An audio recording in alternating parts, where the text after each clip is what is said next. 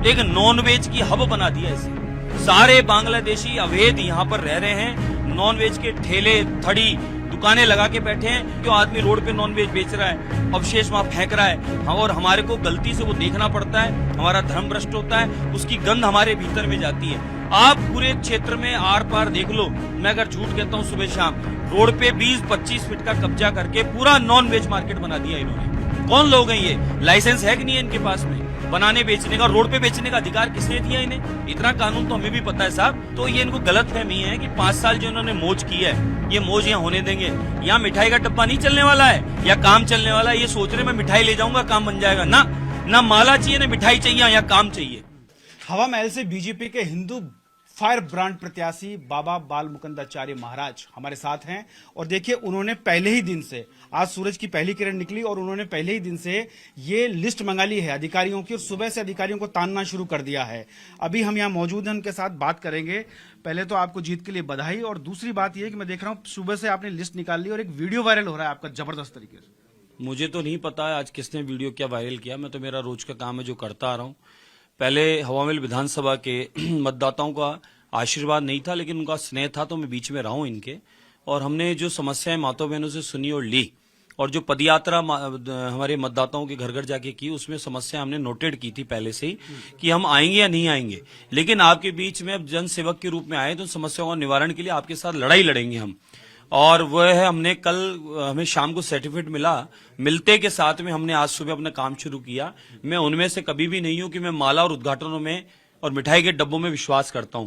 ये दिमाग से सब निकाल दें। मेरा विश्वास काम में है। मुझे मतदान दिया है माला के लिए नहीं दिया, मुझे मतदान दिया है काम के लिए। वो काम तभी संभव होगा जब हम करेंगे। तो हमारे समस्त यहाँ के पार्षदगण, भाजपा कार्यकर्ता, मंडल अध्यक्ष, सब लोग हम लोग काम में जुट गए सुबह से। और उस काम का नतीजा ये है कि हमारी इस विधानसभा में वर्ल्ड हेरिटेज का पैसा अरबों रुपया कहां गया, वो कहां लगा, उसका भी तो हिसाब लेना है अभी।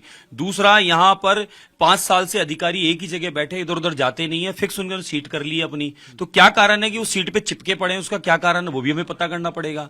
तीसरी बात, आज मैंने जिन जिन अधिकारियों को फोन कर रहा हूं, एक अधिकारी कह रहा है उनसे बात करो, दूसरा कह रहा है उनसे बात करो, तीसरा कह रहा है उनसे बात करो। हमारी स्थिति ये हो गई है कि अधिकारियों से हम बार बार बात करते रहे, अधिकारी हमसे बात नहीं करना चाहता।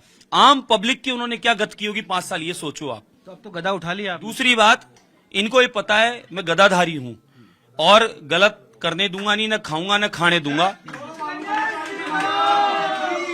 लेकिन आपने आज ये टिक देखें आप, इनमें से 1-2 अधिकारी सुबह तो बात करे, उसके बाद बोले हम छुट्टी पर हैं। मतलब मेरे बात करने के बाद छुट्टी मना ली उन्होंने। तो अब तो मुझे ऑफिस में जाके ये भी देखना पड़ेगा कि अटेंडेंस उनकी लगी है और छुट्टी उन्होंने कर ली है, तो तनख्वाह वो लेंगे कि नहीं लेंगे। ये भी चेक करना पड़ेगा कि सरकार का पहले कर्जे पे छोड़ गए अशोक गहलोत जी, 2 नंबर कर्जा है पूरी दुनिया में, देश में हमारा, और अब हमारा कर्जा और बढ़ाएंगे अधिकारी छुट्टी करके तनख्वाह भी ले रहे हैं। तो हमें तो ये सारा लिस्टेड करना पड़ेगा। यहाँ वर्ल्ड हेरिटेज का पैसा कहाँ गया, वो कहाँ लगाया इन्होंने, वो पूछना पड़ेगा।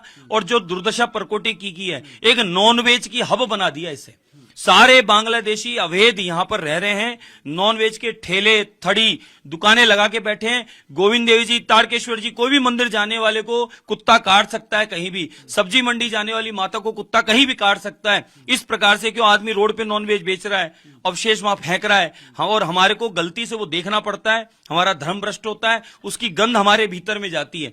आप पूरे क्षेत्र में आर पार देख लो, मैं अगर झूठ कहता हूं सुबह शाम रोड पे 20-25 फीट का कब्जा करके पूरा नॉन वेज मार्केट बना दिया इन्होंने। कौन लोग हैं ये? लाइसेंस है कि नहीं है इनके पास में बनाने बेचने का, रोड पे बेचने का अधिकार किसने दिया इन्हें? इतना कानून तो हमें भी पता है साहब कि रोड पे बेच रहे, खुलेआम बेच रहे। तो इसलिए ये चीजें तो बिल्कुल बर्दाश्त नहीं। अधिकारियों से बात इस बात, देखिए, अधिकारी अभी तक तो छुट्टी मना रहे हैं। एक अधिकारी 3 घंटे बाद आए हैं, अभी आए हैं, ये क्या बहाना लाए वो भी पूछना पड़ेगा। तो ये इनको गलत फहमी है कि 5 साल जो इन्होंने मौज की है, ये मौज यहाँ होने देंगे? यहाँ मिठाई का डब्बा नहीं चलने वाला है या काम चलने वाला है। ये सोच रहे मैं मिठाई ले जाऊंगा काम बन जाएगा। ना माला चाहिए ना मिठाई चाहिए, या काम चाहिए। ये काम लाएंगे तो ठीक है, नहीं तो हमें समय पर गधा चलाना आता है साहब। तो आपने काम शुरू कर दिया, काम शुरू कर दिया है, बाहर पूरा तैयार है और हम अब एक्शन में हैं। आप मौके पे देख सकते हैं हम जो करने वाले। नॉन वेज के ठेले, रेस्टोरेंट गलत अवैध काम वो हटने वाले हैं। गलत अवैध काम जो लीगल है वो हमारी कोई आपत्ति नहीं है, लाइसेंस है, हमें कोई आपत्ति नहीं है।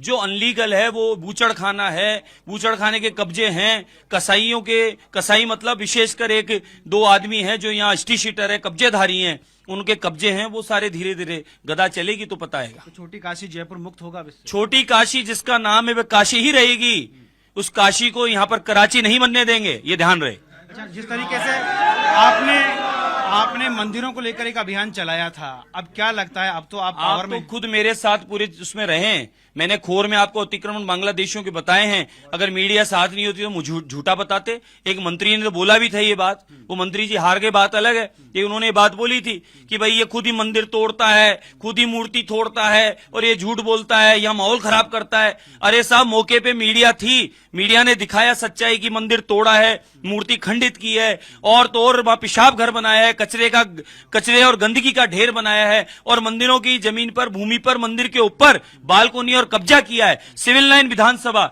आदर्श नगर विधानसभा, हवामहल विधानसभा, आज भी 200 कब्जे हैं जो फिर बताऊंगा आपको मैं। तो अब गदा चलेगी इन सब पे? गदा चलेगी, अवैध कामों पर गदा चलेगी, और जो अवैध बूचड़खाने चला रहे हैं उन पर गदा चलेगी। तो जो पलायन का मुद्दा आपने उठाया था वो भी बड़ा है जयपुर में? पलायन यहाँ लोगों को भय डर से किया, थानों में रिपोर्ट दर्ज नहीं की गई, बेचारे लोग इधर उधर भटकते रहे, परेशान होते रहे, अंत में माता बहन दुखी होकर घर पे ताला लगा के चली गई। तो अब क्या होगा?